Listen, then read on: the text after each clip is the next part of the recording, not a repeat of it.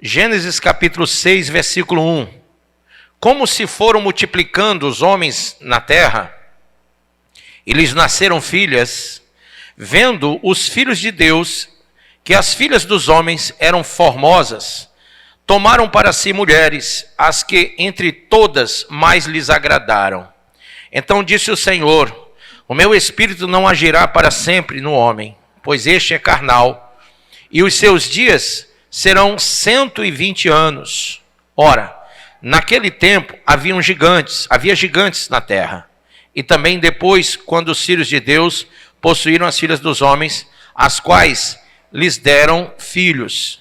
Estes foram valentes, varões de renome na antiguidade. Viu o Senhor que a maldade do homem se havia multiplicado na terra, e que era continuamente mau todo o desígnio do seu coração. Então se arrependeu o Senhor de ter feito o homem na terra, e isso lhe pesou no coração. Disse o Senhor: farei desaparecer da face da terra o homem que criei, o homem e o animal, os répteis e as aves dos céus, porque me arrependo de os haver feito. Porém Noé achou graça diante do Senhor. Eis a história de Noé. Noé era homem justo, grife aí, íntegro entre os seus contemporâneos. Noé andava com Deus. Noé gerou 3 filhos, Sem, Cã e Jafé. A terra estava o que, pessoal? Corrompida à vista de Deus e cheia de violência. Viu Deus a terra e eis que estava corrompida, porque todo ser vivente havia corrompido o seu caminho na terra. Então disse Deus a Noé: resolvi dar cabo de toda a carne, porque a terra está cheia de violência dos homens. Eis que os farei perecer juntamente com a terra.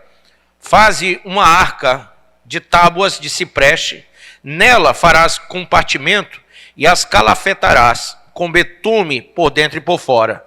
Deste modo a farás. De 300 côvados será o comprimento, de 50 a largura e a altura de 30. Farás ao seu redor uma abertura de 1 côvado de altura. A porta da arca colocarás lateralmente. Farás pavimentos na arca, um embaixo, um segundo e um terceiro, ou seja, eram 3 pisos, porque estou para derramar águas em dilúvio sobre a terra, para consumir toda a carne em que há fôlego de vida debaixo dos céus. Tudo o que há na terra perecerá. Contigo, porém, estabelecerei a minha, o que, pessoal? Aliança. Entrarás na arca, tu e teus filhos, e a tua mulher, e as mulheres de teus filhos. De tudo que vive, de toda a carne, 2 de cada espécie, macho e fêmea, farás entrar na arca, para os conservares vivos contigo. Das aves segundo as suas espécies, do gado segundo as suas espécies, de todo réptil da terra segundo as suas espécies, 2 de cada espécie virão a ti para os conservares em vida. Leva contigo de tudo o que se come, ajunta-o contigo, ser-te-á para alimento a ti e a eles. Assim fez Noé, consoante a tudo o que Deus lhe ordenara. Põe a mão sobre a Bíblia e diga: Pai, essa é a tua palavra.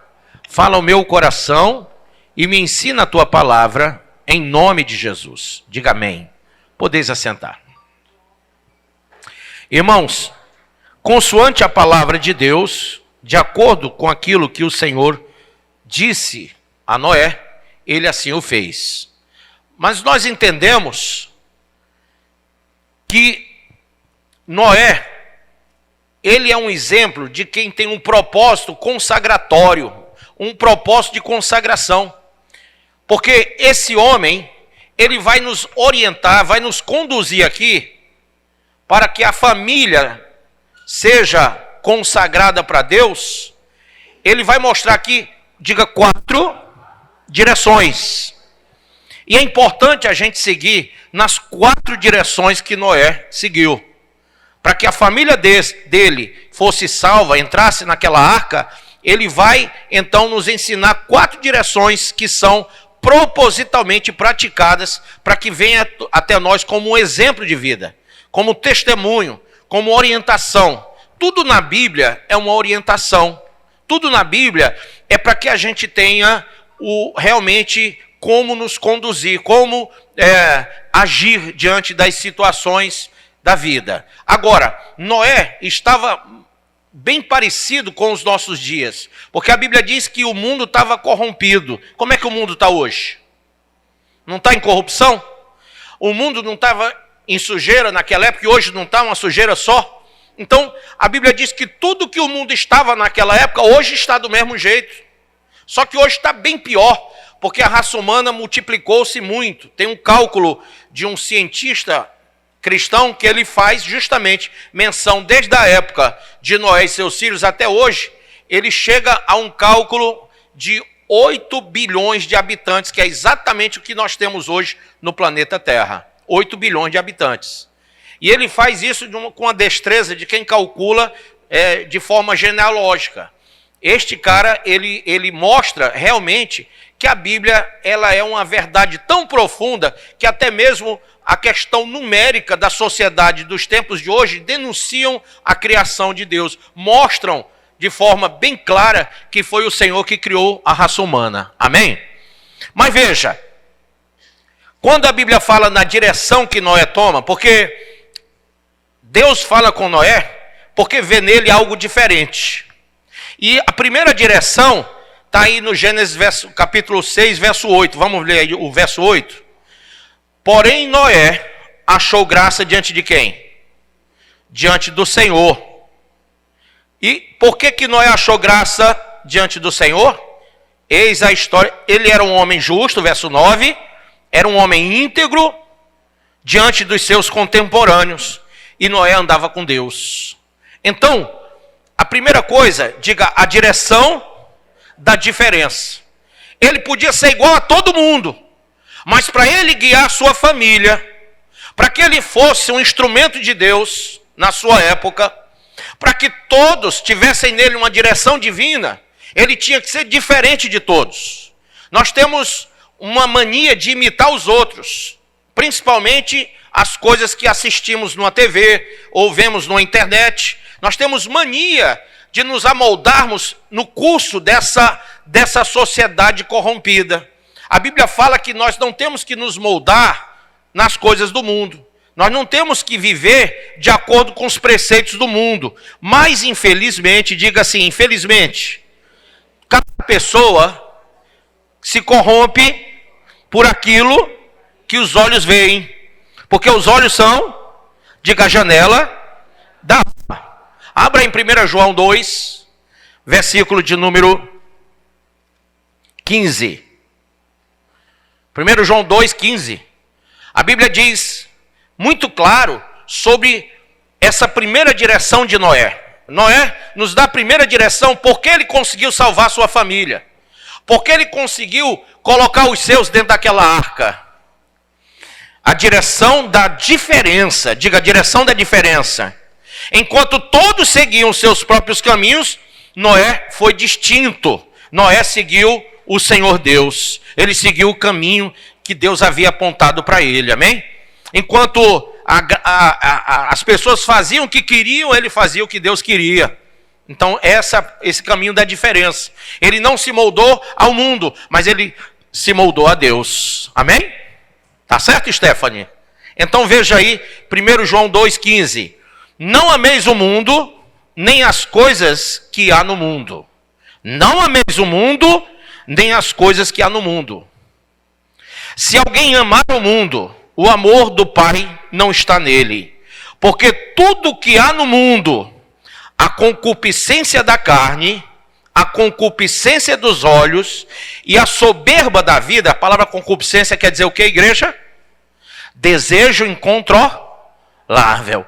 Então, todo desejo incontrolável, veja só, da carne, todo desejo incontrolável dos olhos, porque os olhos veem a carne almeja, a Bíblia diz, e a soberba da vida, que é justamente a coisa de você querer assoberbar-se com as coisas do mundo, que você vê no mundo, você começa a ter sonhos. Eu vejo muitos pastores dizendo assim, Deus vai realizar os teus sonhos. Isso é uma pregação do cão mesmo, do diabo. Porque Deus não tem que realizar os teus sonhos, não. Você que tem que realizar os de Deus. Quem quer ir para o céu? Então realize os de Deus. Porque os caminhos de Deus nos levam para o céu. Então o sonho de Deus é ver você lá em cima com Ele, nas bodas do Cordeiro, sentado junto com Abraão, Isaque e Jacó. Mas o seu sonho qual é? Qual é o seu projeto de vida? Qual é o seu pensamento em relação a essa existência? Por isso que o apóstolo João, o discípulo amado, vai dizer: não ameis o mundo, vamos repetir isso aí? Não ameis o mundo, nem as coisas que há no mundo. Ah, mas eu me assoberbei em ver tanta coisa bonita, né? Olha aqui, o primeiro pecado foi assim. A Eva e o Adão olharam para aquele fruto e ficaram assoberbados. E diz: rapaz, essa árvore... O Satanás deu logo um empurrãozinho, disse: olha aí como ela é boa para comer. Ele disse: realmente ela é bonita, viu? O fruto é bonito, né? Então a pessoa começa a se assoberbar em ver a vida, em ver as riquezas do mundo. O que foi que o diabo fez com Jesus? Levou ele para o alto do pináculo lá, né? O pináculo do templo, para ver o quê? Toda a riqueza do mundo, todas as coisas. E disse: se prostrado me adorares, tudo isso será teu. Então veja que ele quis causar uma soberba no coração de Cristo. Ele quis colocar aquilo como uma troca, entendeu? Então você não precisa seguir a Deus, não. Eu vou te dar tudo. E assim, irmãos, a soberba da vida, ela contraria a vontade de Deus. Quando alguém diz que você vai realizar os teus sonhos, que Deus vai realizar os teus sonhos, quando alguém manda você fazer projetos de sonhos seus, você deve repudiar isso. Isso é ruim a gente sonhar, é muito ruim, porque você acaba caindo do cavalo. Primeiro que, lá em Isaías 55, diz que os nossos caminhos não são os de Deus. Nem os nossos pensamentos são do Senhor. Porque os caminhos de Deus são mais altos que os nossos, e os pensamentos de Deus são mais altos que os nossos. Como é que eu vou viver, preceituar a minha vida, como eu vou me conceituar segundo o meu caminho, o meu propósito, o meu entendimento, o meu sonho, o meu projeto, quando o que Deus quer para mim está bem mais alto que o meu? A Bíblia e o Espírito Santo, eles nos elevam, eles nos fazem viver uma ascensão espiritual para que a gente chegue no nível da graça, para que a gente perceba, olhando de cima, porque quem olha de baixo não enxerga direito. Enxerga bem quem olha de cima. E quando você é elevado segundo a estatura da varonilidade de Cristo, a perfeição de Cristo, você começa a ver a vida não com a soberba do mundo, mas com a humildade e com a graça de Deus na sua vida. Amém? Então nada nesse mundo passa a ter o efeito que teria se você tivesse na ótica do mundo. Então, quando você começa a olhar na ótica de Deus, você não se assoberba com as coisas do mundo. Você não vive o caminho do mundo. Você não vive o pensamento do mundo. Então, ele está dizendo aqui, ó. Porque tudo que há no mundo, a concupiscência da carne, a concupiscência dos olhos, a soberba da vida, não procede do Pai, mas procede de quem? Do mundo. Ora, o mundo passa, bem como a sua concupiscência. Aquele, porém, que faz a vontade de quem, pessoal? De quem? De Deus, permanece como? Eternamente. Então, se você fizer o que você quer, você está assoberbado com as coisas do mundo. Quando alguém diz assim: puxa, eu não tenho tempo de ir para o culto, eu não tenho tempo de fazer a obra de Deus, de evangelizar, disso, daquilo outro, eu não tenho tempo por causa do meu trabalho, por causa dos meus compromissos, porque eu sou ocupado. Leia Salmo 84:10, que diz assim: mais vale um dia na tua casa do que 1000 dias em qualquer parte. Mais vale sentar do lado de fora da porta da tua casa do que na tenda da impiedade. Veja, muita gente rejeita cultuar a Deus dizendo que não tem tempo. Mas não sabe nem o que é cultuar. Não sabe nem... Quem aqui já adorou a Deus? Quem adora a Deus, levanta a mão. Diga glória a Deus. Você adorou a Deus agora, sim ou não? Sim ou não? O maior mentiroso é o que mente para ele próprio. Você quer continuar com essa mentira gospel ou quer saber o que a Bíblia fala? Quer saber o que a Bíblia fala? Então vamos para o original hebraico. O que é adorar? O que é adorar? Eu botei no grupo de vocês um estudo sobre adoração, sobre culto. Alguém leu? Alguém leu? Tem alguma coruja aí? Alguém leu? Gente, adoração quer dizer servir. E cultuar quer dizer serviço. Existem dois nomes no hebraico, avodá e avod. Avodá ou avodai, é com H no final, tá? Isso na transliteração para o português. Avodar quer dizer servir. Se você adora, por exemplo, quem está cantando na igreja diz que está adorando. Tá não. Está lá na salinha. Você pensa que ela estava adorando aqui? Não estava não. Não estava não. Ela estava cultuando. Ai, bispo, como é isso? É que ela estava em serviço. Quem está entendendo? O serviço que ela estava praticando é culto. Mas a adoração é quando eu sirvo a Deus. Eu pergunto, você acha que só sentar aí, só pisar nos átrios, você está servindo a Deus? Teve um cidadão querido, amado, que ele foi de várias denominações e passou e chegou na Cristo Salva finalmente. Aí ele disse assim, puxa bispo, depois que o senhor fez esse estudo, eu peguei 8, 12 anos da minha vida e anulei. Porque, puxa, eu passei minha vida pensando que cultuar a Deus era vir para o culto e sentar na cadeira e ouvir a palavra e ir-se embora. Eu disse, não, querido.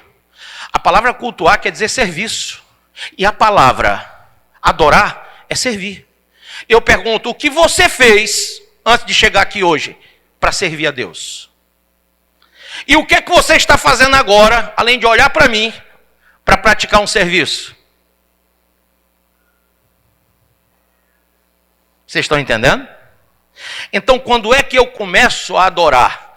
Quando eu começo a praticar a vontade de Deus. Quando eu ouço o chamado de Deus. Deus nos chamou, sim ou não? E ele disse o que em Mateus 28? Ide por todo mundo, pregar o evangelho a toda criatura, fazendo discípulos, batizando em nome do Pai, do Filho e do... Você fez isso hoje? Não? Não trouxe ninguém? Então você não praticou adoração ainda. Mas bispo, então quer dizer que eu vou à igreja para cultuar? Mas antes eu tenho que adorar, exatamente. Você tem que servir para depois, no horário do culto, praticar um serviço. Qual é o serviço que você vai praticar no culto? Ah, não sei, tem gente que lava um banheiro, tem gente que fica em pé olhando para mim aqui, né, para ajudar alguém, para abrir a Bíblia, tem outro que canta, tem outro que fica orando com o irmão do lado, abrindo a Bíblia para ele, isso já é um serviço, viu? Se você trouxer a pessoa e ficar com ela ali, ó, abrindo a Bíblia para ela e discipulando ela, você está em serviço e você está em culto. Amém ou não amém? Você só não pode ficar feito 2 de paus na igreja ali, ó, só esperando que o culto acabe. Isso não é culto. Isso não é serviço. Mas se, por exemplo, você está aí e está ajudando o irmão que está do seu lado, e quando termina o culto, você não sai correndo. Não, peraí, irmão, vamos conversar um pouquinho? Eu te trouxe aqui para você conhecer o caminho, a verdade e a vida. Amém? E aí você começa a ganhar aquela alma, você mesmo, praticando esse serviço. Isso quer dizer que você aprendeu a cultuar. Mas o fato de você ter trazido aquela alma, quer dizer que você aprendeu a adorar. Amém ou não amém? Então, entenda bem, porque tem muito crente que diz assim, eu adoro a Deus porque canto na igreja. Isso não é adoração, isso é louvor. Amém? E aí a gente pode louvar, tipo, vamos dar um exemplo. Eu louvo a Deus porque o irmão Linhares está aqui hoje. Pronto, eu louvo a Deus por isso, pela vida dele, porque ele é uma pessoa que eu quero bem. Eu louvo a Deus por isso. Amém. Mas eu não posso dizer... Eu adoro o irmão Linhares. Não, eu louvo a Deus pela vida dele. Eu adoro somente a quem? A Deus. Se você pegar um judeu e disser, adore qualquer ser humano, ele vai dizer, de jeito nenhum. Pode me matar. Eu não adoro. Adore a qualquer imagem. Ele vai dizer, não, de jeito nenhum. Eu não posso adorar, porque a Bíblia diz, não farás para ti imagem de escultura, nem semelhança alguma do que é embaixo da terra, em cima no céu, embaixo da terra nas águas. Não te curvarás a elas, nem as servirás. Eu não posso adorar. Então, o judeu sabe que adorar é servir. E o judeu sabe que cultuar é serviço.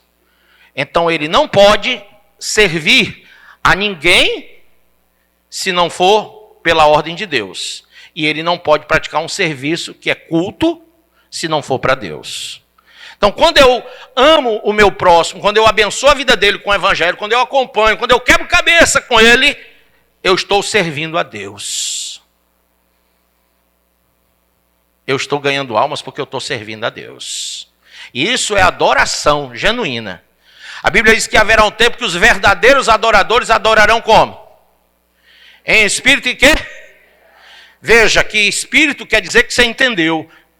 Você entendeu o espírito da coisa. É assim. Verdade, porque foi aclarado. Você está sabendo agora o que é ser um adorador. Se você não vive para servir, você não serve para viver. Então, se você não serve a Deus, você vai servir a quem? A você mesmo. Tem gente que não serve a Deus porque serve a si. Como é que é o nome disso? Egolatria, adoração ao ego. Então você só serve para você. Você só serve para aquilo que você quer, para aquilo que você gosta. Esse não é o Noé que vai levar a família para dentro da arca. Amém? Esse não é.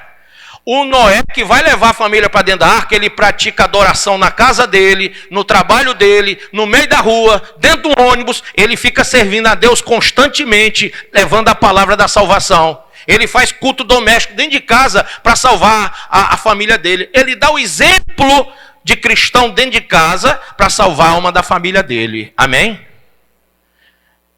E ele nunca vai para a igreja de mãos vazias. Sempre ele está levando alguém, sempre ele está levando algo que agrade ao Senhor. Gente, você acha que Deus se agrada com qualquer tipo de sacrifício? Claro que não. Lá em Malaquias diz assim, vocês trazem para mim um animal cego, coxo e manco, e quer que eu fique alegre com isso? De jeito nenhum. Leva para o teu governador, ver se ele vai gostar de ti. Então tem gente que traz sacrifícios de animais cego, coxo e manco, ou seja, aquela coisa que você faz meia boca. Deus quer que você faça uma coisa com inteireza de coração. Verdadeiramente colocando Deus onde Ele está, em primeiro lugar. Amém? Então a primeira coisa, diga, Noé mostrou a direção da diferença. Diga, que ele achou, aos olhos de Deus, foi resultado de uma vida que contrariava os padrões da sua época. Pergunto eu, querendo ouvir de vocês, você tem contrariado os padrões da vida de hoje, da sociedade de hoje, ou você está se amoldando a ela? Porque tem gente que diz assim, mas isso também não dá, né? Para ser crente desse jeito, vão dizer que eu sou cafona, vão dizer que eu sou não sei o quê. E quem é que te disse que você tem que se moldar às coisas desse mundo? Amém? Então Noé, ele achou graça porque ele era justamente o cara que contrariava os padrões da época. Não deixa o diabo fazer de você um robozinho do jeito dele, não. Tem crente que fica assistindo a novela e vai fazer do jeito da novela. Cuidado. A implantação de um sistema ideológico, filosófico e ideológico mundano é muito simples. Vai pegar você pela mídia, vai pegar você pelas amizades. E você tem que contrariar tudo isso e desagradar até a si mesmo para poder receber a graça de Deus. Amém?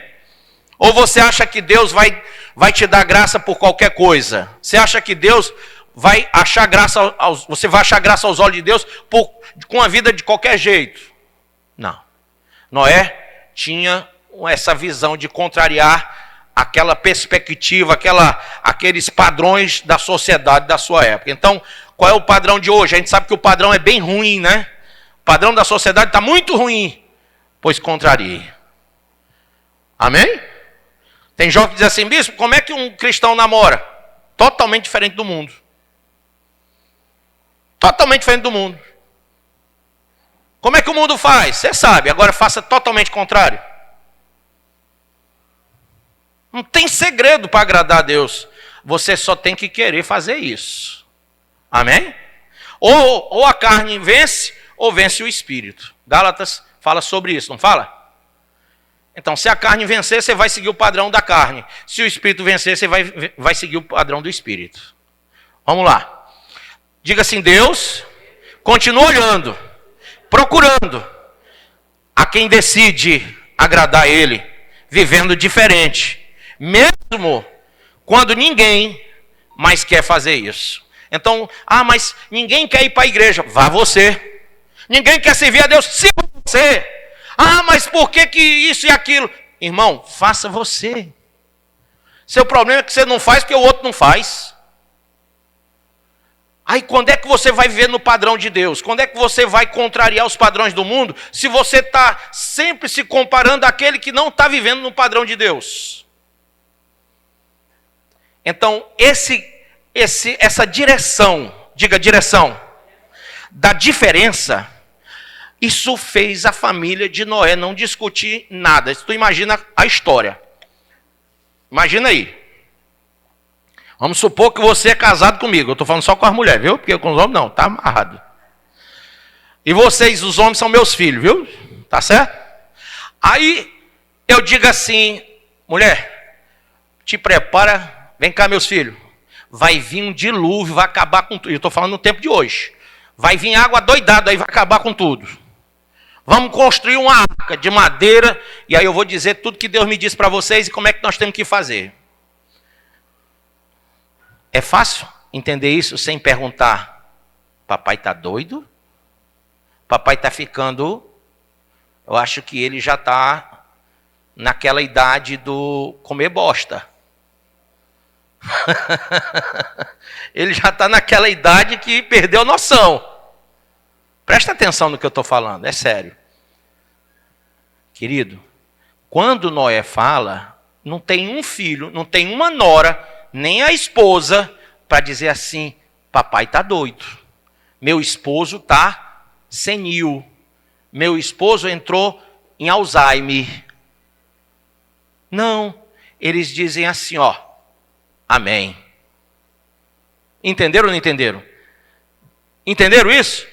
Todos eles concordaram. Ninguém discordou, ninguém bateu boca com ele. Por que ficou fácil daquela família ser salva? Porque eles entenderam o chamado. Diga para o seu irmão que está aí do lado, sua família, você está entendendo o chamado de Deus? Você está entendendo a proposta de Deus? Você está percebendo isso? Porque a família de Noé viu uma diferença tão grande em Noé que acreditou nele. Sabia que ele era um homem santo. Amém? Amém? Você, dentro da sua casa, tem feito diferença? Presta bem atenção nessa pergunta. Porque se você não está fazendo diferença dentro da sua casa, como é que as pessoas da sua casa vão ver em você a graça de Deus? Vão ver em você o caminho. Entendeu ou não? Então, quando a gente enxerga no outro, uma liderança dentro de casa, uma liderança forte, a gente segue aquela liderança. Então, eu na minha casa, eu sou o cabeça do lar. Eu dentro da minha casa tenho que exercer uma liderança noética. Porque eu estou dizendo para a minha família que o arrebatamento está vindo a qualquer momento. E pode ser, Stephanie, que quando você fale para alguém da sua família, alguém diga, não acredito, não vai ser agora, eu não acredito. Mas se você fizer a diferença, entende a diferença? Eles vão dizer, rapaz, eu posso até dizer para ela que eu não acredito, mas pelo testemunho, pela vida dela, pela diferença que essa mulher tem em relação ao mundo, eu vou botar minhas barbas de molho. Agora eu posso falar em barba. Vou botar minhas barbas de molho, porque ela falou e ela é espiritual para dizer isso. Eu sei a vida dela. Ela não peca, ela é uma menina direita. A Bíblia diz aqui que Noé era o quê? Íntegro, justo e íntegro. e andava com Deus. Então, quando alguém diz isso de você, alguém diz assim, puxa, se ela falou, então a gente tem que se preocupar. Amém? Então, quando você faz a diferença, você exerce uma liderança, mesmo que as pessoas digam que não estão lhe seguindo, elas estão lhe observando. Esse é o primeiro ponto. A direção da diferença. Diga para o seu irmãozinho, a direção de quem faz diferença dentro de casa. Diga, o mundo precisa de pais e mães, e de filhos também, que não se conformam com o pecado, que não vivem conforme o mundo, mas que refletem a luz de Cristo. Amém, queridos? Pode aplaudir Jesus por isso? A segunda coisa, diga a direção da caminhada com Deus. Noé, ele andava com Deus, e a Bíblia diz que para ele andar com Deus é porque ele conhecia o Senhor. A justiça e a integridade de Noé vinham da comunhão que ele tinha constantemente com Deus. Quem anda com Deus não caminha sozinho. Diga, quem anda com Deus não caminha sozinho. Leva junto a família. Você não pode caminhar sozinho. Se você anda com Deus, você deve puxar a sua família. Olha o que foi que o cara chamado Josué, que substituiu Moisés, declarou. Aquilo ali não é para você dizer assim, eu pego essa profecia para mim. Não pegue não, porque não é profecia. Ali foi uma declaração. É que o crente gosta muito de pegar uma frase e dizer que aquilo é uma profecia, mas não é. Olha o que é que Josué vai dizer. Ele expõe tudo o que tinha naquela terra de Canaã. Ele fala do povo que era um povo corrompido. Ele fala dos deuses daquela terra cananeica, né, dos povos cananeicos, os amorreus, gigazeus, heveus, heteus e etc., né, que moravam lá. Mas ele olha para aquilo tudo e diz assim, gente, Israel, se vocês quiserem servir a Deus, sirvam. Se vocês quiserem ser iguais a eles e servir aos deuses deles, sirvam. Mas eu e a minha casa serviremos ao Senhor. O que ele está declarando? Ele está dizendo, eu sou líder, eu faço diferença e a minha casa eu conduzo para Deus. Amém? A minha casa eu conduzo para Deus. Eu não vou deixar nenhum se perder. Eu vou lutar, eu vou guerrear, mas eu e a minha casa vamos servir ao Senhor. Você pode até achar que está perdendo na batalha. Você pode até achar que o diabo está tragando os seus. Mas a Bíblia diz que o clamor de um justo não só mexe as montanhas, também sabe faz o quê? O clamor do justo, sabe o que é que faz mais? Estremece o inferno. Estremece o inferno. Meu irmão, ande que nem Noé, na diferença. Ande na contramão do mundo. Mesmo aqueles que são seus, que estão afastados, desviados, que o diabo tragou, pode ter certeza, eles vão olhar e vão ver a luz em você e vão voltar. Eles estão no meio de umas trevas que não dá para ver nada. Mas na hora que a tua luz começar a brilhar, eles vão ver luz e vão caminhar na tua direção. Porque quem está caminhando numa rua escura, quando uma luz se acende, vai para lá. Bispo, o que está faltando para eu salvar minha família? A sua luz tem que ser acesa. Amém? E para ela ser acesa, você tem que ser muito mais impactante, muito mais forte, muito mais viril na sua liderança espiritual. Você não pode ser assoberbado com o mundo, cheio de... Porque hoje, infelizmente, até casamentos estão se acabando porque a pessoa só tem tempo para trabalhar. Não tem tempo mais para conversar. Quando se senta junto é olhando o celular, todo mundo. Então, seja uma liderança muito mais viril, mais forte para a sua família, porque eles têm que ver a luz de Cristo. Amém? Diga comigo, a direção da caminhada com Deus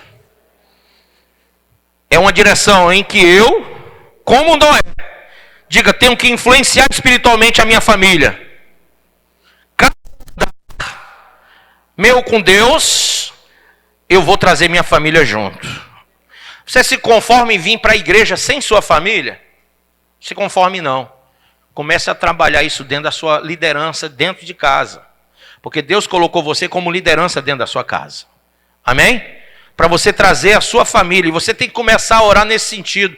Senhor, Josué foi líder o bastante para dizer: eu e minha casa serviremos ao Senhor. E eles foram mesmo junto com ele. Noé, a família dele foi junto com ele. Então a minha família vai vir junto comigo, porque eu vou viver caminhando com o Senhor em santidade. Fora dos padrões do mundo. Mesmo quando eles disserem que não querem, eles vão enxergar em mim os padrões de Noé, de Josué, de Abraão, de Isaac, de Jacó, de Cristo, dos apóstolos. Vão ver que há uma diferença. Amém? Então, caminhar também quer dizer, diga, brilhar. Porque lá em Mateus 5, abra aí Mateus 5, versículo 16. Diz assim, ó: assim brilhe também a vossa luz diante dos homens, para que vejam as vossas boas obras e glorifiquem a vosso Pai que está onde? Então, você pensa que os homens que estão nas trevas não estão vendo você? Só que você tem que ser uma luz que está no lugar certo. Você não pode estar debaixo do alqueire, você tem que estar no velador para que todos sejam iluminados por você. Amém? O teu evangelho não pode ser um evangelhozinho fraquinho, água com açúcar, não. Tem que ser um evangelho tão forte que venha impactar a sua família. Amém ou não amém? A sua vizinhança. Eu me lembro que eu morava ainda, nem era casado. Eu nem era casado, eu tinha um apartamento ali no Pio 12, e eu morava lá, e todo mundo via eu chegando e saindo. Eu só chegava 1h30 da manhã, 2 horas, e saía 5h30 da manhã, porque a rádio era a Rádio Videira. Lembra da Rádio Videira, o pessoal das antigas? Então a Rádio Videira, eu pregava 6 da manhã na rádio, e o programa da noite acabava 1 hora, 2 horas da manhã, 1h30, por aí. Eu tinha que pegar o carro de volta, dormia 4 horas, de manhã cedo eu já estava lá de novo, e eu pregava de 6, pregava de meio-dia, vinha para a igreja, fazia o culto, voltava para a rádio para pregar de novo. Isso era todo santo dia, de domingo a domingo. Bispo, por que o senhor praticava esse suicídio, né? Porque um cara que vive desse jeito não tem vida. Ao contrário, um cara que vive desse jeito, vive em novidade de vida. Entendeu? Você sabe o que é o nome daquilo ali? Eu era um José, fugindo o tempo todo do pecado. Como é? Preenchendo o meu tempo de solteiro com as coisas de Deus. Amém, solteiros? Os solteiros que estão aí, aproveite esse pensamento. Aproveite o seu tempo para Deus. E encha ele com as coisas de Deus. Aí você não vai ter tempo para pensar besteira. Nem para fazer bobagem. Amém? Então eu fui muito inteligente em fazer isso. Não tinha me ferrado. Eu conheço muitos pastores no caminho que se ferraram. Mas eu ocupei meu tempo todinho. E quando eu achava que eu tinha tempo, eu lembrava de Davi. Davi, quando teve tempo para ficar em casa, ele caiu com a Batseba. Eu digo, fica em casa não, tá aí. Sai que aparece uma Batseba ali por baixo, tô é fora. Corria para a igreja. Entendeu? Tem que ser assim, irmão. Tem que ser assim. Você que é solteiro, que é casado, cuide da sua família. Amém? Muito bem. Então, quando a Bíblia fala que nós andamos no caminho, temos que brilhar. Não temos que ser apagados. Quem aqui é crente apagado? Hã? Qual é o crente apagado? Quer ver como você está aceso ou apagado? Veja quantas pessoas na sua rua estão seguindo você para a igreja. Lá onde eu morava, nesse apartamento, tudo que acontecia no prédio, e olha que eram vários prédios, é um condomínio de prédios, né? Tudo, qualquer coisa, chama o pastor. Menina, na minha porta era um negócio sério. Eles ficavam só esperando eu chegar. Pastor, tem uma pessoa doente ali. Pastor, uma mulher ali, ela está com um negócio meio estranho. Chegar lá, a pessoa possessa, para expulsar demônio. Teve um dia que eu estava tão cansado, mas tão cansado. Era 1h30 da manhã, 2 horas. Eu cheguei da rádio, estava pedindo a Deus para o mundo se acabar naquele dia. Aí eu disse, eu deitei, quando eu fiz assim, aí, plim, blom, eu digo, ai, tinha que ser agora. Abri a porta, pastor, tem uma mulher estranha ali no apartamento. Isso era o síndico da época. O senhor pode ir lá, por favor? Irmão, vou, né? Troquei de roupa, fui lá. Chego no apartamento, mulher possessa. Assim que abre a porta que eu olho, a mulher possessa, já tinha ido lá vários pastores, padre para exorcizar. Aí tinha passado uma penca de gente e o cão lá na mulher, não estava 2 dias que ela estava quebrando tudo dentro de casa. Aí eu chego, quando eu abro a porta ali, que eu entro na sala, lá no quarto, a mulher grita assim, o demônio nela, né? Só saio 5 da manhã. Aí eu lembrei que 6 eu tinha que estar pregando. Eu digo, tá amarrado, tu vai sair agora. Em nome de Jesus, sai! A mulher, bufo no chão. E correram para atender a mulher lá. O que foi que o senhor fez? Eu digo, eu expulsei o demônio. Ah, a mulher voltou ao normal, depois de 2 dias. Aí eu fui para casa, o síndico disse, mas foi aquilo que o senhor só falou aquilo e a mulher voltou ao normal. Eu digo, meu irmão, do jeito que eu estava cansado, Jesus teve misericórdia da minha alma. Você é doido? Ficar até 5 horas da manhã expulsando demônio? De jeito nenhum. Usei minha fé todo dia, botei minha fé todo dia naquela palavra, só para poder ir embora para minha casa. Então tem coisas, irmãos, que as pessoas vão ver a luz de Deus em você. Diga amém. Diga mais uma coisa, quem quer salvar a sua família não pode andar com as multidões. Ah, mas tem gente que é assim, rapaz, eu vou ali porque ali tem uma multidão. Ali tem uma multidão. Olha, rapaz, tudo que é ruim hoje é uma multidão. Quer ver? Vai ter o Fortal, não é uma multidão? Não é? Que vai ter de gente pegando capeta lá, ficando endemoniado, pegando AIDS, pegando tudo que não presta, morrendo ali de bala. Está lá a multidão. Vai ter tem ali uma seita, não vou dizer aqui nome, porque eu estou no ar, não sou besta para levar processo, mas tem uma seita acolá, está uma multidão. Está uma multidão. Tem uma seita que vai funcionar esses dias, são mais de 1 milhão de pessoas num dia só lá. Está previsto passar. Adoração de Baal, deuses de pau, pé de gesso. 1 milhão de pessoas. Bispo, o que é isso? Seita. Não vou dizer nome, mas é seita. E aí? Você vai atrás da multidão? Olha, só para você se conformar com o que eu estou dizendo, Mateus capítulo 22, versículo 14, abre aí. Porque muitos são chamados, mas poucos são o quê? Escolhidos. Então, se você vai atrás de multidão, você tá bem fora da visão. Você está bem fora do contexto da visão. Porque, irmãos, muitos serão chamados, mas poucos são os escolhidos.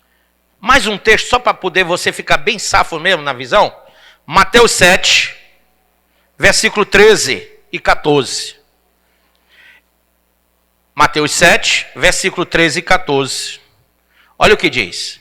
Entrai pela porta estreita, larga é a porta, e espaçoso o caminho que conduz para a perdição. E são quantos? Muitos os que entram por ela.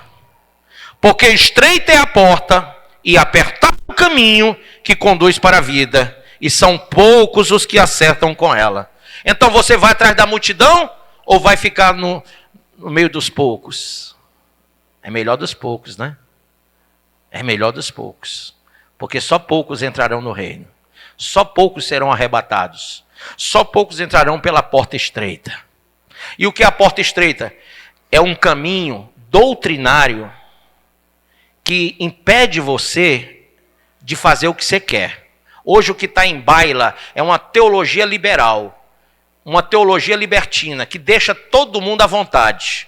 Ninguém deixa mais de viver o pecado, porque não se fala mais o que em pecado dentro das igrejas. Porque se falar, a turma, ó, pega o beco, não fica ninguém congregando. Deixa eu te dizer uma coisa. Se você não quer ouvir sobre pecado, você vai ficar no meio dos muitos. Porque essa igreja aqui fala todo dia sobre isso. Amém? E caminho estreito é assim, não faz multidão, não dá para fazer multidão. É difícil fazer multidão. Por mais que a gente queira, são poucos os que vão entrar pela porta estreita. Porque essas pessoas, elas vão viver na contramão, vão viver como Noé, desagradando a si mesmo, e agradando a Deus. Vão ser pessoas que contrariam os padrões da sociedade atual. Amém? Muito bem. Terceira, só são 4. Terceira direção, diga a direção da aliança. Veja aí, o texto diz...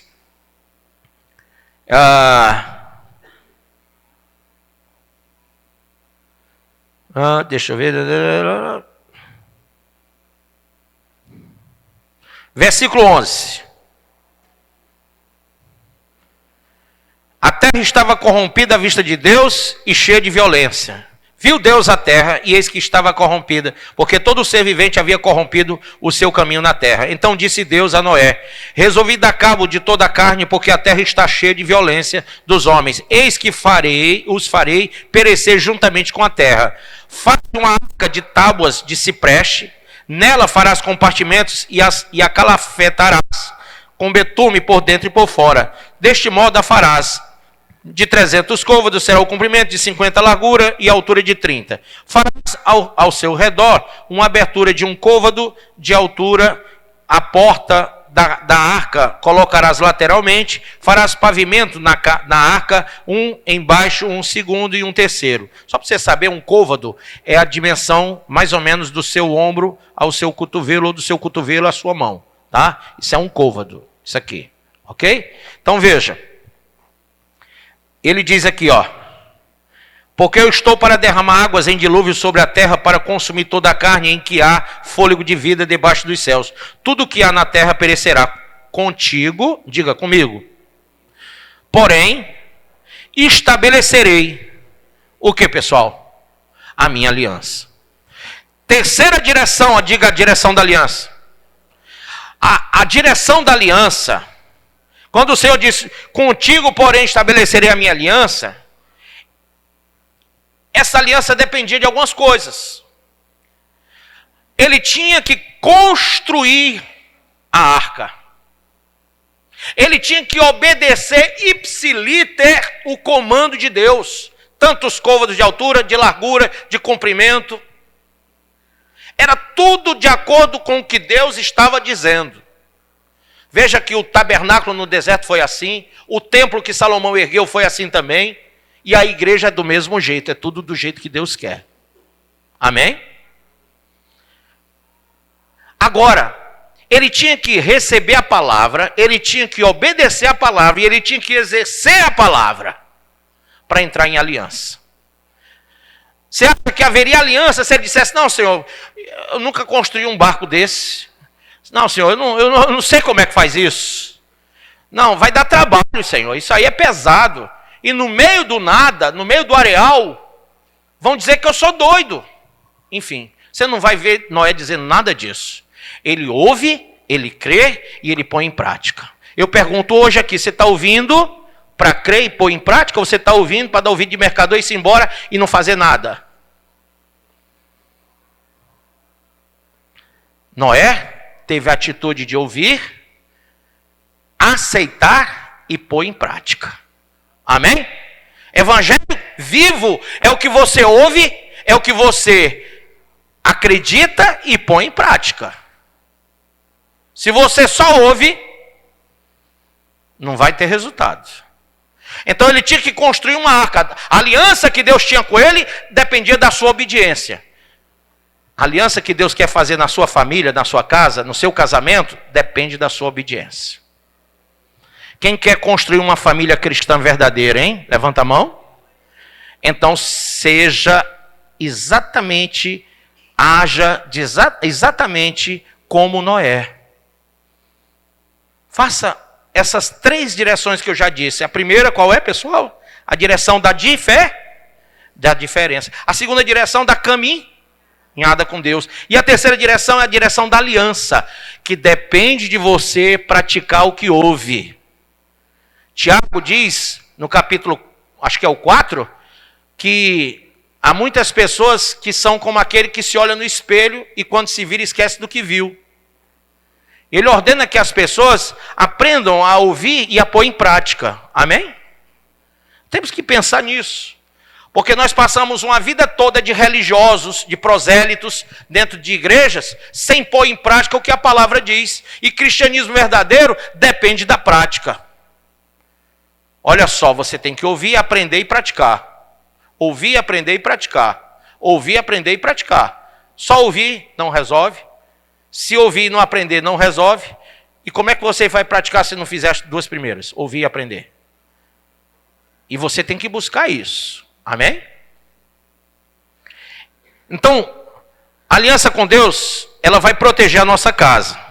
Ela vai trazer honra para dentro do nosso lar. Quando você está aliançado com Deus, o teu lar é honrado por Deus. Amém? Deus começa a derramar bênção sobre a tua casa, sobre a tua vida, sobre a tua família, porque os corações são transformados. Bispo, eu sou mal casado ou mal casada, porque está faltando uma construção dentro do teu lar. Cada côvado vai ser um texto da Bíblia, um aprendizado que você vai aprender, vai crer e vai pôr em prática no teu casamento, na tua família, na criação dos teus filhos. É isso que você tem que aprender. Se você só vai ao culto e vai para casa, e vai ao culto e vai para casa, ou mesmo indo ao culto sem saber nem o que é cultuar, e indo adorar sem saber o que é adorar, ainda é pior. Comece a servir a Deus dentro da sua casa. Isso é adoração genuína. E comece a cultuar a Deus em serviço na igreja. Crente não é para estar parado na igreja, crente é para estar em ação. Eu vou me unir às mulheres aqui, fazer um grupo de oração de mulheres. Vou me unir às mulheres para fazer um coral de mulheres, um grupo de louvor de mulheres, um não sei o que de mulheres. E vou evangelizar com as mulheres, vou trabalhar junto com as mulheres. Os homens, vamos fazer um grupo de homens, vamos não sei o que, vamos sair para evangelizar, vamos criar aí um... Enfim, você tem que estar em serviço. Amém? Tem que estar em serviço. Soldado de Cristo não pode se embaraçar com as coisas da terra. Tá bom? Amém? Então, a direção da aliança é um compromisso de fidelidade, diga fidelidade, obediência e entrega total. Bispo, eu ainda não entendi isso. Então você não tem aliança. A construção dessa arca vai lhe dar trabalho? Vai. Tudo na vida que tem um resultado teve um trabalho antes. Faça. Amém? Pare de ficar aí postergando, procrastinando decisões. Tem coisas que já era para se ter posto em prática. Não, mas é porque. E se é porque é que é o problema. Faz o que Deus mandou. Faz o que Ele está te orientando. Faz essa aliança com Deus. Amém? Quarta direção, diga quarta direção. A direção da obediência total. Não é parcial. É total. Gênesis 6:22 diz assim, ó. Assim fez Noé, consoante a tudo que Deus lhe ordenara. Ele fez consoante a tudo que Deus lhe ordenara. Então, conforme tudo que Deus lhe mandou, ele fez. Você faz tudo que Deus manda? Quantas ordenanças, orientações da palavra, do Espírito você já recebeu na vida e não fez? E não faz? E procrastina? E fica dando desculpas? Né? Pensa. Ai, bispo, realmente eu sou o rei das procrastinações, eu sou a rainha das procrastinações.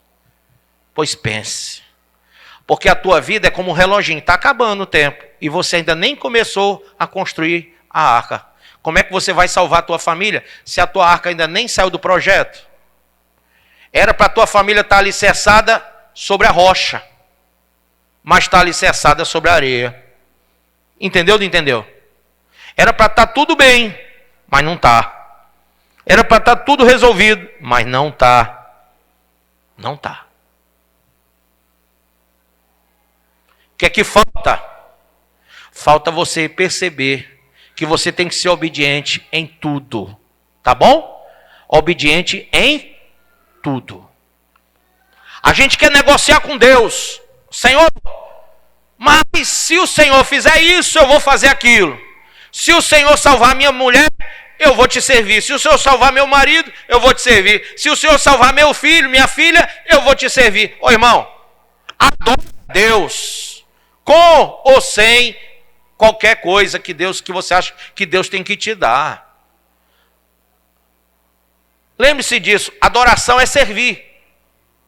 Você não vai chegar na presença do Rei dos Reis e Senhor dos Senhores sem uma adoração, sem servir, sem praticar um serviço. Amém? Entenda isso. Ninguém pode chegar até Deus de mãos vazias. Faz quanto tempo que Deus te chama para servir, para praticar um serviço e você fica entre dois pensamentos? Então, obedeça a Deus. Diga para o seu irmãozinho do lado, obedeça a Deus. De novo, obedeça a Deus. Sabe, até na forma de vestir, irmão, às vezes a gente pensa que a gente pode se vestir do jeito que a gente quer. Mas não é verdade. A gente se veste do jeito que pode. E a gente só pode fazer como Deus quer. Entendeu ou não entendeu isso? Porque às vezes a gente pensa assim, não, a vida é minha, não, a vida não é sua, não. Você não deu? Quem entregou a vida para Jesus? Então ela é dele.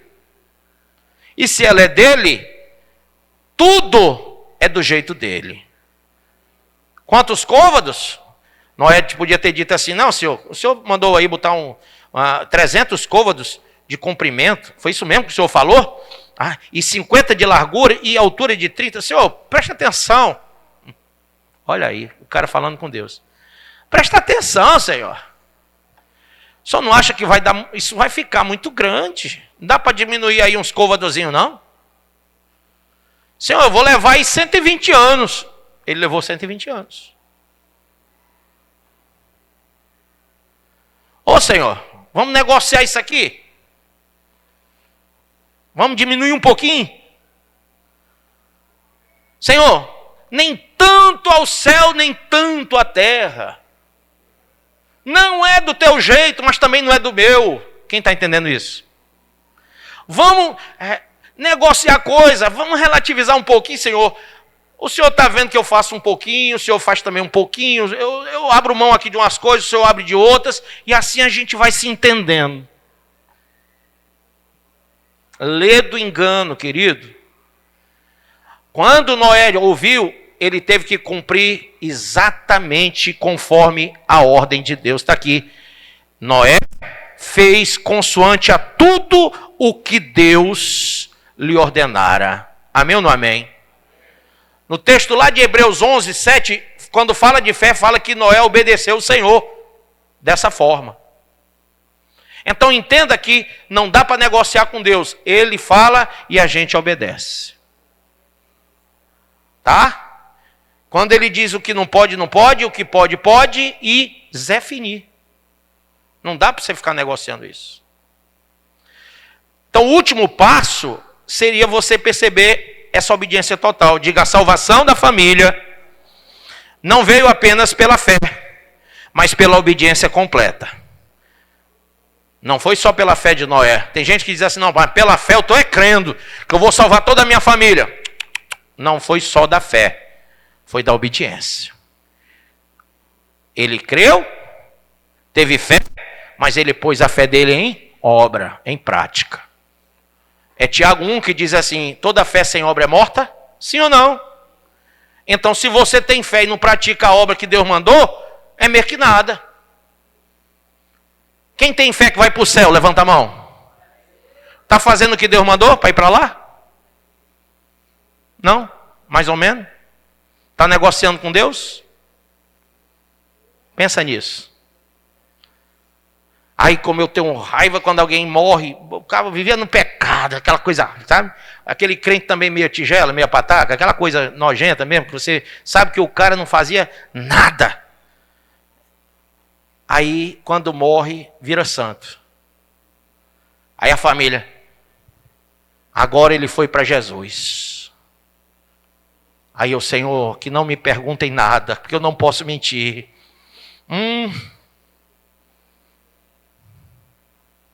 Como assim? Como é que vai para o céu sem obedecer a Deus? Que fé sem obra é morta? Como é que a pessoa foi para lá sem praticar as obras que Deus ordenou? Irmão, abre os olhos. Abre os ouvidos. Para você salvar sua família, você tem que ter fé e obras. Amém? Segunda, diga, não foram parte das instruções que o salvaram, mas tudo. Não é parte do texto da Bíblia, não, é tudo. O que está aqui é que vai salvar a sua alma e a sua família. Terceira coisa, diga, a obediência parcial já é desobediência. Quem tem filho aí, levanta a mão. Se o seu filho lhe obedecer parcialmente, não já é uma desobediência? Você diz assim, o que foi que eu mandei você fazer, hein? Já chega durão. Eu disse para você não fazer isso. Aí o filho diz assim, não, você não disse assim. A senhora disse assim, ou o senhor disse assim, mas não falou assim. E eu entendi assim. Aí você diz, mas eu disse assim. Mas eu não entendi assim, eu entendi assim. Então está tendo aí o quê? Um erro de comunicação, porque você não está entendendo a ordem que veio de cima. Sim ou não?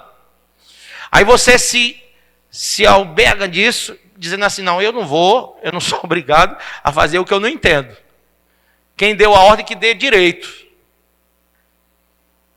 Aí quando você dá a ordem bem direitinho, explica, como eu estou explicando aqui nos mínimos detalhes, aí alguém diz assim, agora eu estou entendendo. Está entendendo? Então, não adianta fazer pela metade. Quem vai até a metade do caminho chegou lá? Então não adianta fazer pela metade. Amém? Diga, Jesus falou assim, ó. Quem ouve estas minhas palavras, está lá em Mateus 7, 24. Quem ouve estas minhas palavras e as pratica, não é quem ouve e só ouve. Quem ouve as minhas palavras e as pratica, será comparado a um homem prudente que edificou a sua casa sobre a rocha. Então, a obediência é o barco que leva a família para fora da tempestade. É a obediência. A palavra de Deus. Então, é você ouvir e pôr em prática. É muito ruim quando você nem quer ouvir, ou quando você se dispõe a ouvir uma vez ou outra. Quando você é mal ouvido. O que é o mal ouvido? É aquele que ouve com o ouvido pesado, né? Quem já ouviu com o ouvido pesado?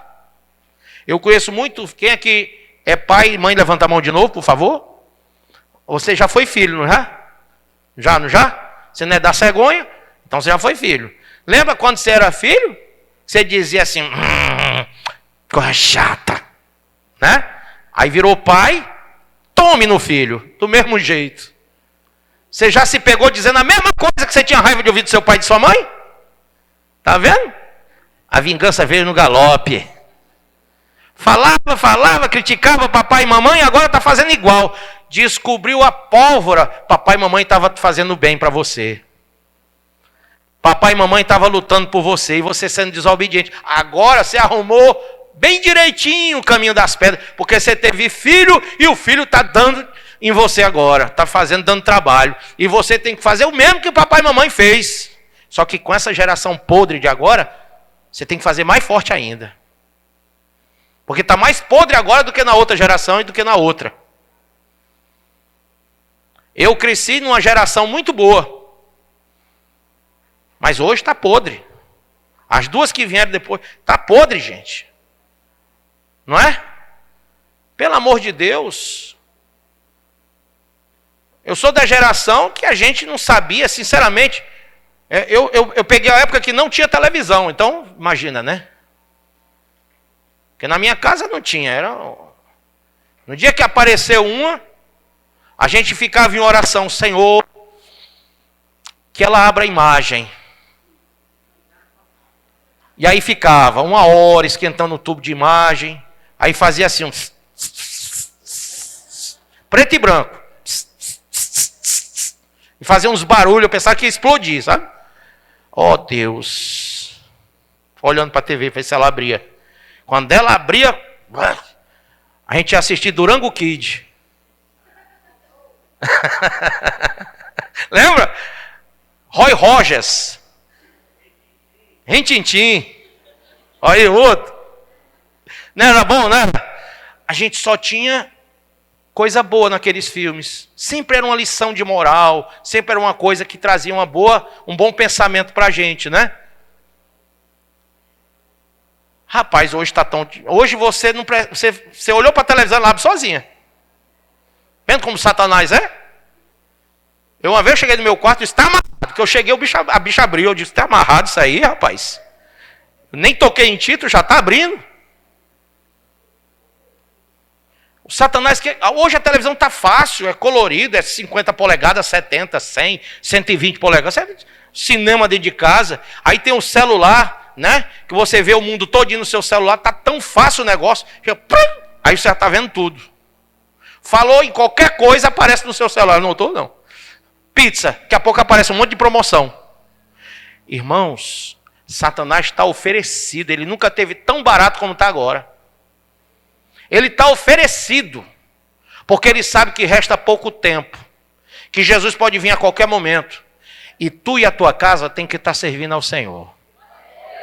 Então eu quero conclamar você hoje para começar as obras e construir essa arca junto, porque nós somos uma família, amém? Essa igreja aqui é uma arca. É uma arca de proteção. Você tem que trazer a sua família aqui para dentro. Porque aqui a gente está ouvindo o Evangelho, estamos nos preparando para a volta de Cristo. Amém?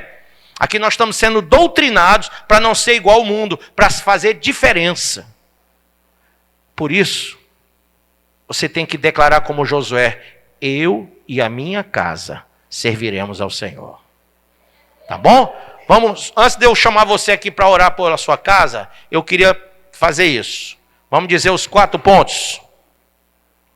Diga os 4 pontos junto comigo, vamos lá. A direção da diferença. Diga de novo, a direção da diferença. Diga, Noé fez diferença. Por isso os seus o seguiram. Segunda coisa, diga a direção da caminhada com Deus.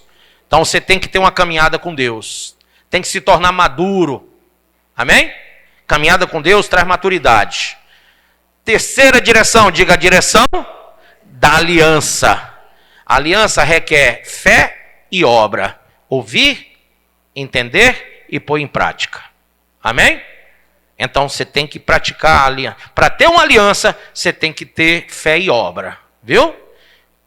Diga quarta direção. A direção da obediência total. Não pode ser pela metade, tem que ser total. Amém? Se você fizer isso, tu e tua casa servirão ao Senhor. Tu e tua casa servirão ao Senhor. Jesus está vindo a qualquer momento. O dilúvio veio na hora que ninguém esperava.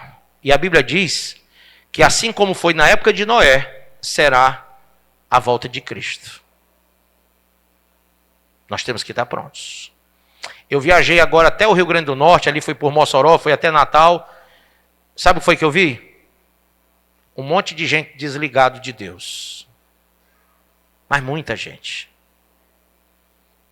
E eu louvo a Deus por cada um que está aqui hoje. Mas eu creio que cada um de vocês sofreu alguma resistência de algum familiar que não veio. Que você convidou e não veio. Você sabe por que você sofreu essa resistência? Porque o mundo jaz no maligno.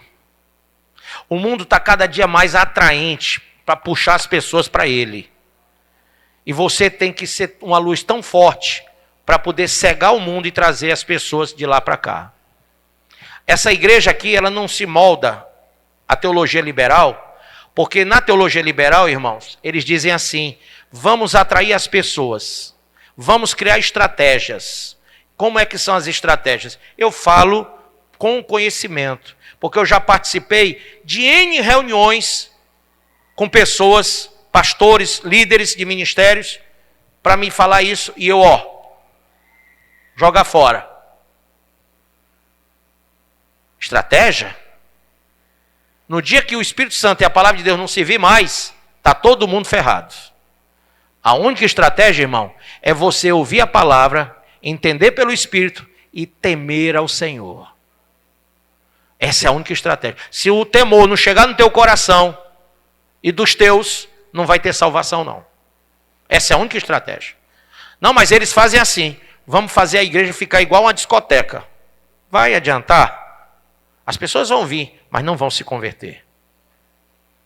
Vão vir em montes, montanhas de gente. Vai uma multidão mesmo. Só que é uma multidão de perdidos. Emocionalmente atingidos por uma situação fenótipa, sabe? Um ambiente. Porque você pode entender que a gente é muito... Nós não somos emotivos, sim ou não? Então, entenda isso que eu vou dizer. Se você quiser ficar com depressão, entra no quarto, apaga a luz, bota uma música bem triste, que tu vai chorar até dizer chega. Porque você está num ambiente depressivo. Quer ficar alegre? Bota uma música bem alegre, acende a luz, você vai ficar alegre.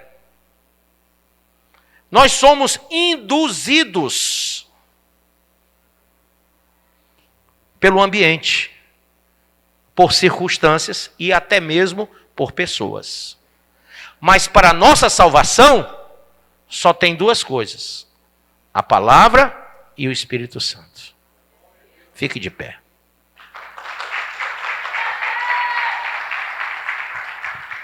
Põe a mãozinha no seu coração, por favor, e medite no que você acabou de ouvir.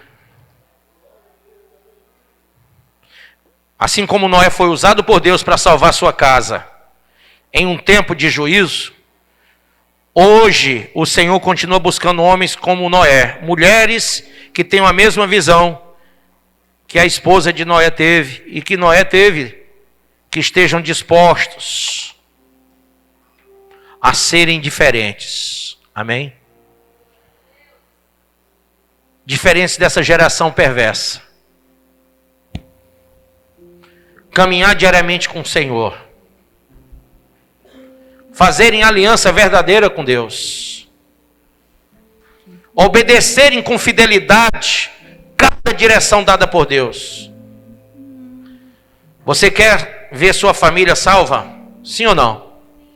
Construa a arca da fé, da obediência, da comunhão, dentro da sua casa. Deus quer preservar a sua casa, mas você precisa seguir essas direções que Noé seguiu, com coragem, com perseverança. Qual é a direção que você está tomando, irmão? Qual é a direção que a tua casa tem tomado? Siga a direção certa, siga o caminho que é Jesus, siga a verdade que é a palavra de Deus. Hoje Deus está falando com você, como falou com Noé. Às vezes alguém diz assim: poxa, ele falou com Abraão, Isaac, Jacó, falou com Noé, mas não falou comigo. Falou, está falando agora com você.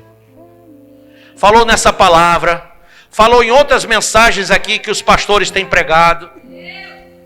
Constantemente Deus tem falado com você. E a Bíblia diz que quem tem ouvidos ouça. Então hoje, se há alguém no nosso meio que ainda não entregou a vida a Cristo, que hoje faça isso. Se há alguém hoje que está rebelado contra a palavra de Deus, contra o Senhor, está afastado do Evangelho, hoje volte para Jesus. Esse é o meu primeiro chamado. O segundo vai ser que você venha com a sua família, que você venha com a sua casa. Mas como é que você vai salvar os outros se você nem salvou a si mesmo? A salvação, ela começa com você. Começa com alguém. Alguém tem que ser um Noé dentro de casa. Né? Eu vou até brincar aqui, se não tem Noé, tem que ter uma Noélia. Tem que ter uma Noélia, tem que ter uma mulher com a visão de Noé, né? Tem que ter uma mulher forte, na palavra, no espírito, na oração, na fé. Mas quando tem um Noé e uma Noélia, meu amigo, a casa é forte, viu? Lá em casa tem os dois. E os filhos são resultados de exatamente disso aí. Eu até gosto sempre de lembrar de um texto que fala sobre isso em relação aos filhos. Diz assim, você que tem filhos e quer salvá-los. Diz assim a palavra de Deus.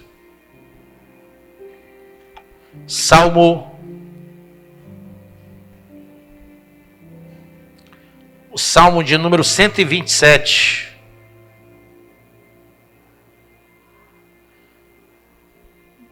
Diz algo tremendo aos nossos corações.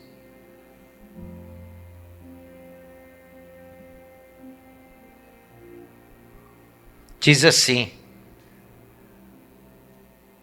se o Senhor não edificar a casa, em vão trabalham os que a edificam. Se o Senhor não guardar a cidade, em vão vigia a sentinela.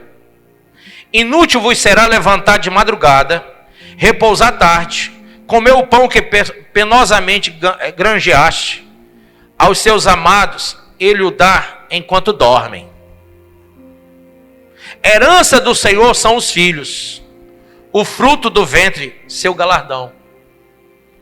Como flechas na mão do guerreiro, assim os filhos da mocidade. Sabe por quê? E ele diz ainda no 5, fez o homem, feliz é o homem que enche deles a sua aljava.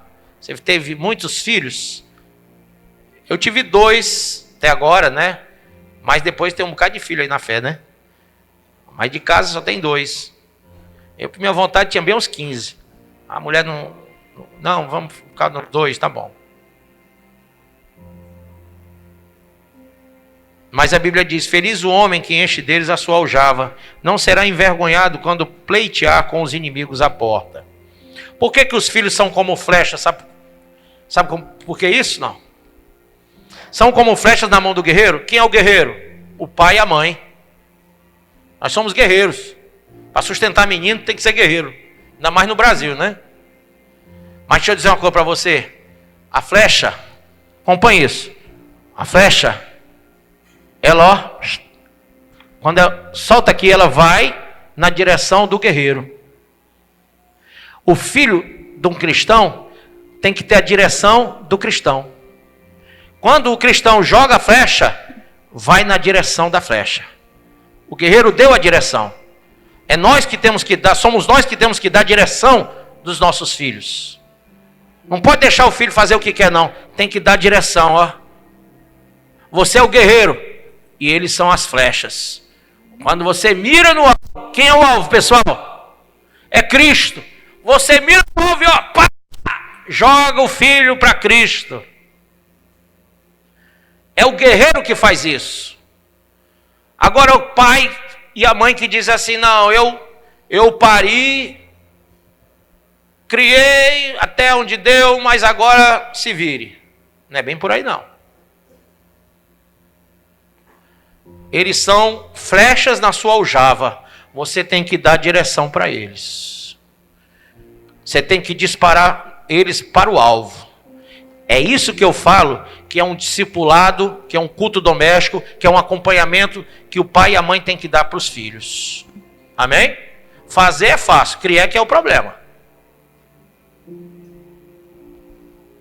Tem muita gente que se lamenta, diz, poxa, pena que eu me converti depois que meus filhos já cresceram, já tomaram o rumo deles.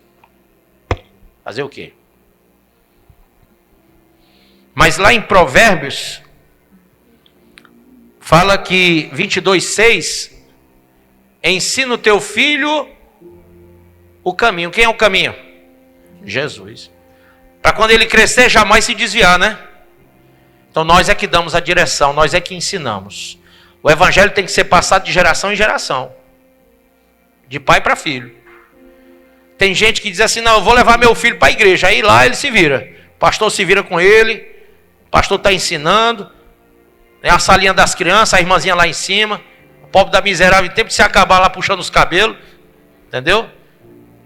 Um para ti é difícil, imagine 50 para uma. Aí você diz, a tia lá em cima tem que ter responsabilidade, o pastor tem que ter responsabilidade, eu trouxe para a igreja.